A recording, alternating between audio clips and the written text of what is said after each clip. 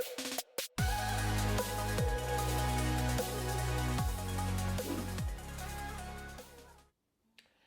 guys, it's your girl Shelone and welcome back to my channel. If you're new here, be sure to hit that subscribe button down below and hit the thumbs up button if you enjoy this video. So today's video is about my express entry slash journey to Canada story from Jamaica. I migrated to Canada last year, October 2019, and I have been getting a lot of questions from people asking me how was I able to migrate to Canada. So this is the video. It will be a little long, so please bear with me, but it's just going to condense everything that I did to get to Canada, and then going further I'll just break down, like, life after um, getting to Canada. So this is my story. Before I continue, I am not an immigration consultant. Please do your research. I cannot stress this enough. Research is fundamental. I just want this video to be a video that will guide you into the direction if this is something that can work for you. So I was able to migrate to Canada via the express entry system. I was able to matriculate into the federal skilled worker stream. The express entry stream has, I think, about 4 categories. I have them written down here. Actually, it's about 3. It's the federal skilled worker program that I qualify for, the federal skilled trades program, and the Canadian experience class. Like I said, I'll go off into those in another video, but I'm gonna focus on what my journey was, which was the federal skilled worker program. So express entry is a point-based system. They use your age, your English capability, your education credentials, certain other little aspects as well, to determine your eligibility to economically migrate to Canada. I first heard about express entry, or I first knew that you were able to migrate to Canada by just self-applying when I was finishing university, maybe in 2014. But at the time, I realized that, you'd gain more points if you know French, and you would you need proof of funds, and you need a certain amount of years of experience. And when I realized that I needed to gain, in order to gain the maximum points, I need to have at least 3 years experience. Obviously, applying fresh out of university was not for me.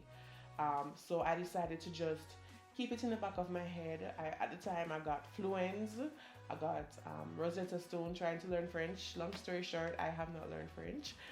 It's still on my to-do list, but hoping that can change in the future. But nonetheless, I put it at the back of my mind, and decided to just try my best, save towards it, because I know that there's a proof of funds aspect, and every job that I attained, or every move that I made in my career, was towards getting that 3 years of professional work experience that coincided with my degree. Mind you, your experience doesn't have to coincide with what you studied, but I personally just wanted it to be the same as whatever I studied. So in 2000, I think it's 2017, I booked my IELTS examination, and that's the examination that you need to you need to take to determine your level of English. There's another one, I can't remember the name, I'll probably put it somewhere here, but that's that other test that you can take, but only the IELTS was available in Jamaica. So after July came around, did my IELTS examination, didn't get the score I wanted. I didn't take it as seriously as I should have, and because of that, I lost about 6 points from the overall score.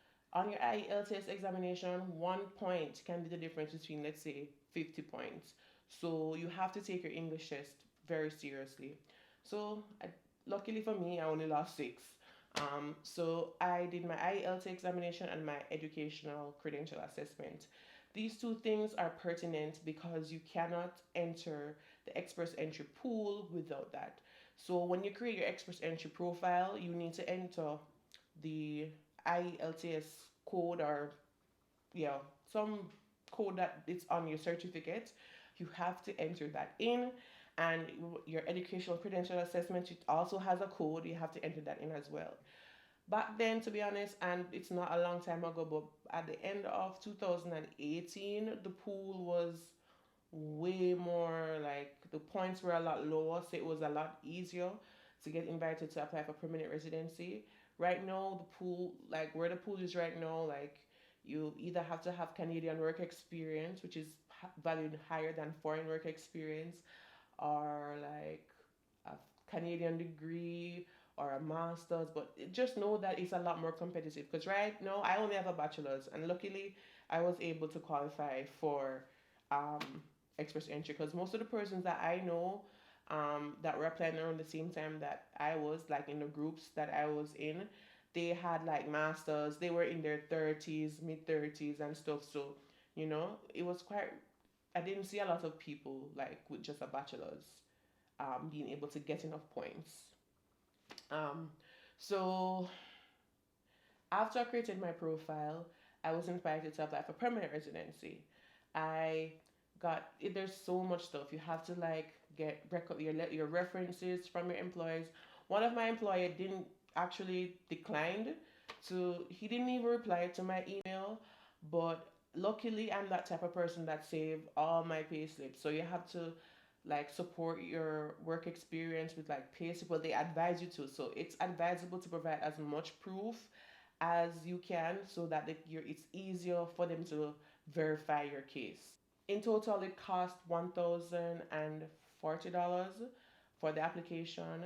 And of course, there were other costs, because the IELTS examination costs, the education credential assessment costs as well, so it wasn't just a flat 1,040 Canadian dollars.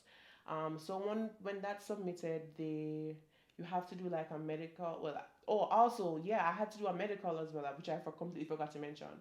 After we submitted, there's the biometrics. So you have to do biometrics for your permanent residence application.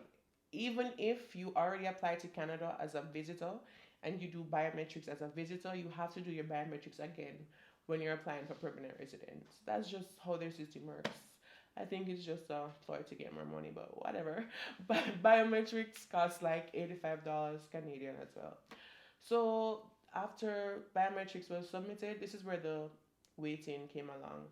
Usually at the time it would take like 6 months, because I was looking at Jamaican applicants and they were getting through in like 3 months, 4 months. I'm like, yeah, I'm gonna be leaving by, because I submitted in December 13th. So I was like, oh, by June 13th, I'm gonna be out of here.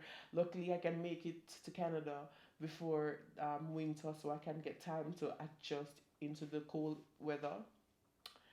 Well, my luck was not like that.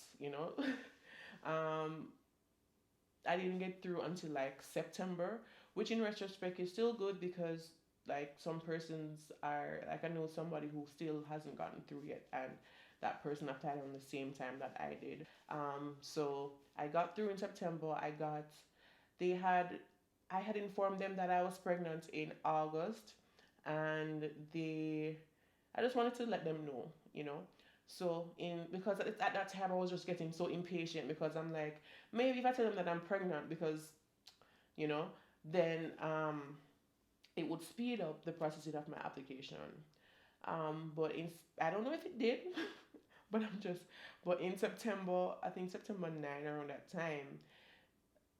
September 9, 7, they sent they sent a request asking for additional information. So I'm like, woo, so somebody's working on my file.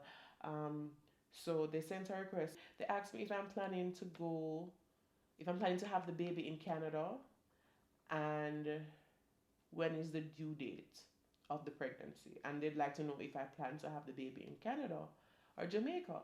So I'm like, well, maybe they just want to know how soon to get me out of here.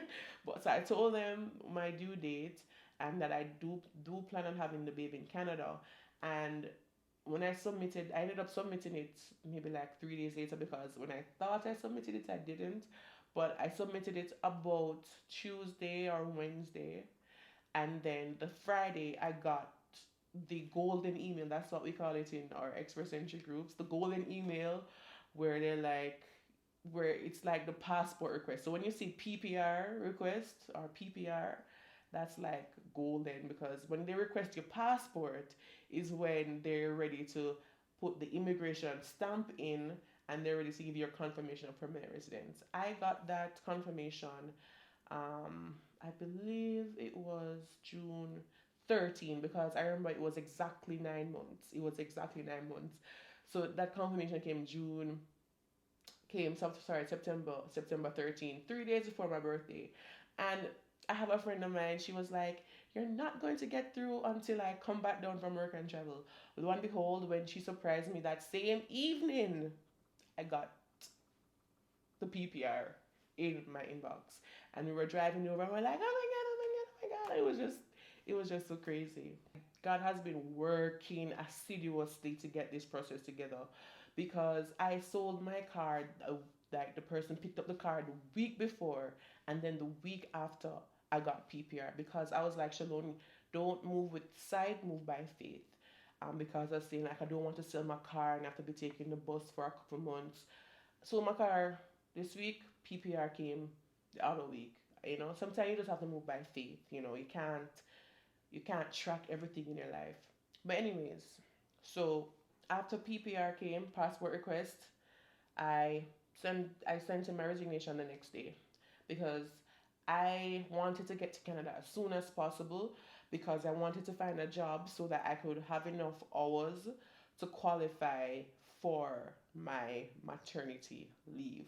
And you have to work 600 hours to qualify for maternity leave and benefits. I was like, got to get to Canada ASAP. So I handed in my resignation, left in 3 weeks. I booked a flight, booked an Airbnb. I booked an Airbnb in downtown Calgary. I will do a video on why I decided to come to Calgary, Alberta over the GTA, Ontario. So that's for another video. But I came to Calgary. We booked an Airbnb, booked our flights. We started selling off our things at home, and then on October 9th, we said farewell and we left on October 9th, and we landed in Canada. And yeah, my husband and I landed, and that's pretty much my story of how I was able to migrate from Jamaica to Canada with express entry. I know there's a lot of other ways, and I will do a video on other ways that you can migrate to Canada.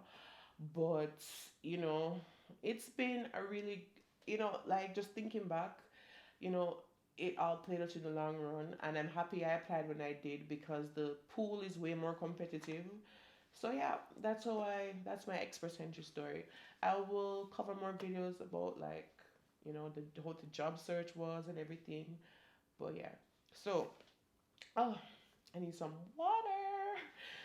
So that's it, guys. I hope this video gave you some information of what you can do to migrate to Canada, and I will continue making videos so that you can have a broader understanding. But I had to start somewhere, and I thought this was a place to start. So if you have any questions, please let me know in the description box below, and I will answer them for you as best as I can, and I will try and link the resources for you. Um, yeah, that's it, guys. I'll see you in my next video. Bye bye. Mwah.